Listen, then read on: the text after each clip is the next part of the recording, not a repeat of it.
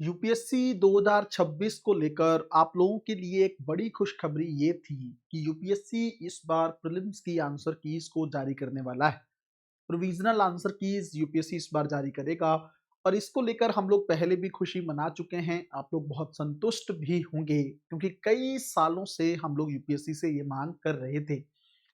ये अपडेट आज की नहीं है, इससे पहले भी हम लोग इसके बारे में बात कर चुके हैं। लेकिन अब जो है सरकार की तरफ से राज्यसभा में कुछ बातें बोली गई हैं और कुछ रूल्स इसके रिगार्डिंग डिस्कस किए गए हैं। अगर आप उसके बाद उन रूल्स के बारे में पढ़ेंगे तो आपको समझ में आ जाएगा कि यूपीएससी आंसर कीज को लेकर फिर से कोई गेम जो है वो प्लान कर रहा है। वो गेम क्या है, उसके माध्यम से आपको कोई बेनिफिट होगा भी या नहीं होगा। प्रीलिम्स की आंसर की आप लोगों के लिए सच में इस बार उस लेवल की रहेंगी या नहीं रहेंगी, इन सारी चीजों को लेकर हम लोग बहुत अच्छे से डिस्कस करने वाले हैं। सबसे पहले वीडियो को लाइक कर दीजिए, शेयर कर दीजिए और अगर अभी तक आप लोगों ने डिलाइट आईएएस के यूट्यूब चैनल को सब्सक्राइब नहीं किया है तो आप लोगों को चैनल को सब्सक्राइब कर लेना चाहिए और डिलाइट आईएएस के टेलीग्राम चैनल को भी आप लोग ज्वाइन कर सकते हैं। अब मैं सबसे पहले आप लोगों को एक चीज बताता हूँ, थोड़ा ध्यान से समझने की कोशिश करते हैं। देखो, आपको पता है अभी तक क्या होता रहा है। 2025 तक अगर आप लोगों ने कहानी देखी हो तो यूपीएससी क्या करता है कि पूरा प्रोसेस खत्म होने के बाद आंसर कीज को जारी करता है। प्रोसेस खत्म हुए भी कई दिन हो गए, फाइनल रिजल्ट भी आ चुका है, लेकिन अभी तक 2025 की आंसर कीज यूपीएससी ने जारी नहीं की है। ये बात मैंने पहले भी डिस्कस की है कि यूपीएससी क्यों डिले कर रहा है ना। और काफी टाइम अभी भी बाकी है आंसर कीज के आने में। यूपीएससी चाहता है कि जितना करीब लेके जाया जा सके इस मैटर को अगले साल के एग्जाम के, उतना ज्यादा बेहतर रहेगा यूपीएससी के लिए। दूसरी बात, इस बार यूपीएससी ने, क्योंकि आपको पता है सुप्रीम कोर्ट में मैटर था, कई काफी टाइम से छात्र ये डिमांड कर रहे थे कि आंसर कीज जारी करनी चाहिए, तो यूपीएससी ने लास्ट में मान लिया कि ठीक है भाई, प्रोविजनल आंसर की मैं इस बार जारी करूंगा, है ना। लगभग 7 दिन के भीतर जो है वो आपको यूपीएससी की वेबसाइट पे मिल जाएगी। मतलब प्रीलिम्स का पेपर होने के बाद, जैसे 24 मई को इस बार एग्जाम होना है ना, तो उसके विद इन 1 वीक आपको यूपीएससी की आंसर कीज देखने को मिलेंगी। अब सरकार ने क्या बोला है कि यूपीएससी ने इसके रिगार्डिंग ट्रांसपेरेंसी को बढ़ाने के लिए कुछ रूल्स को तैयार किया है। हालांकि वो रूल्स अभी यूपीएससी बताएगा क्या रूल्स रहेंगे, लेकिन उसके अंदर 2-3 बातें निकल के आई हैं। पहली बात तो ये कि जैसे पेपर हो जाएगा तो यूपीएससी आंसर की देगा और उसके बाद आप लोग जो है अपनी आपत्तियों को दर्ज करा सकते हैं, है ना। अगर आपको लगता है कि यूपीएससी के किसी भी आंसर में कोई प्रॉब्लम है तो आप यूपीएससी को आपत्ति दर्ज करा सकते हैं। अच्छा, यूपीएससी आपत्तियों को ले लेगा, उसके बाद यूपीएससी एक विशेषज्ञ पैनल बनाएगा। वो पैनल जो है डिसाइड करेगा कि आपकी आपत्तियां ठीक हैं या नहीं।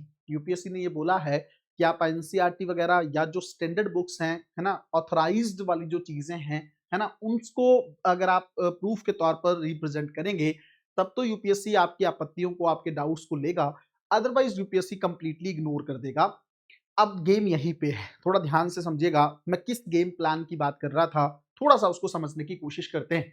यूपीएससी ने कहा कि आप आपत्तियां दर्ज कराओगे, मैं ले लूंगा वो आपत्तियां, उसके बाद एक पैनल बनेगा।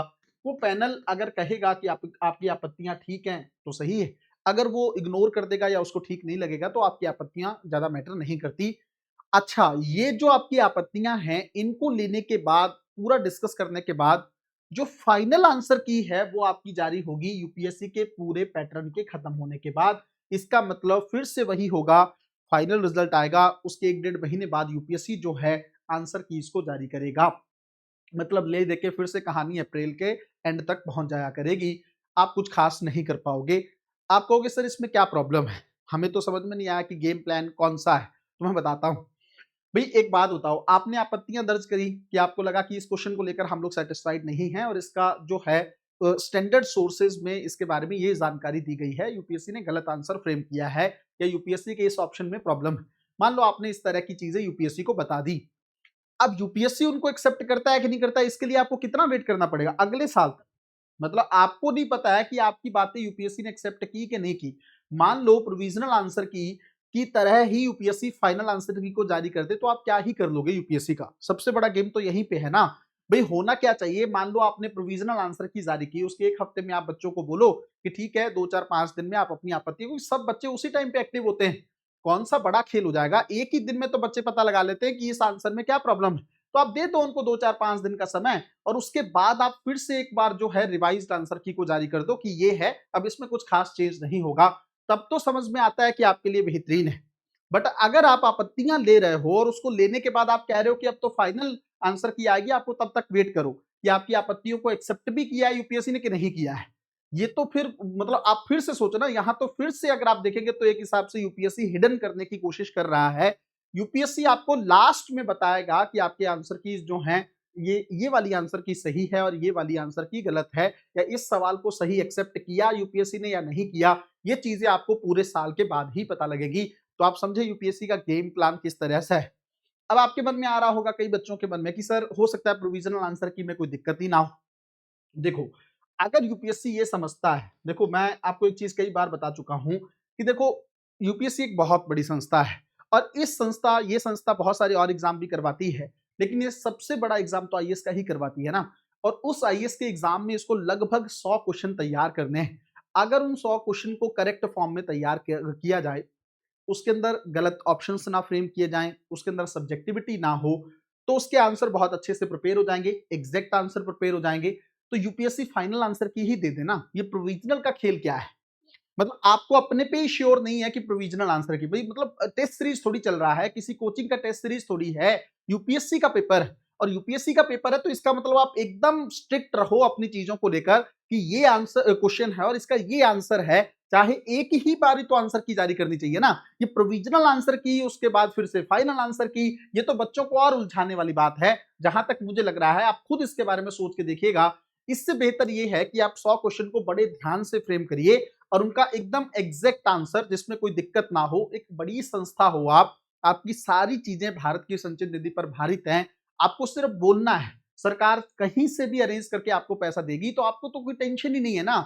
आप बढ़िया एक पैनल बिठाओ जो पहले से ये चीजें करे। आप बाद में विशेषज्ञ पैनल बना रहे हो जो चेक करेगा कि हाँ आपके जो है आपत्तियां ठीक है नहीं है, आपके डाउट्स पे बात करनी चाहिए नहीं करनी चाहिए, इससे बेट अच्छा है पहले ही बना दो। लेकिन ये यूपीएससी करने के लिए तैयार नहीं है। ये अपने आप में सोचने वाली थोड़ी सी बात है। तो ये यूपीएससी का एक प्लान है जहां यूपीएससी आज भी चीजों को छुपा के रखना चाहता है।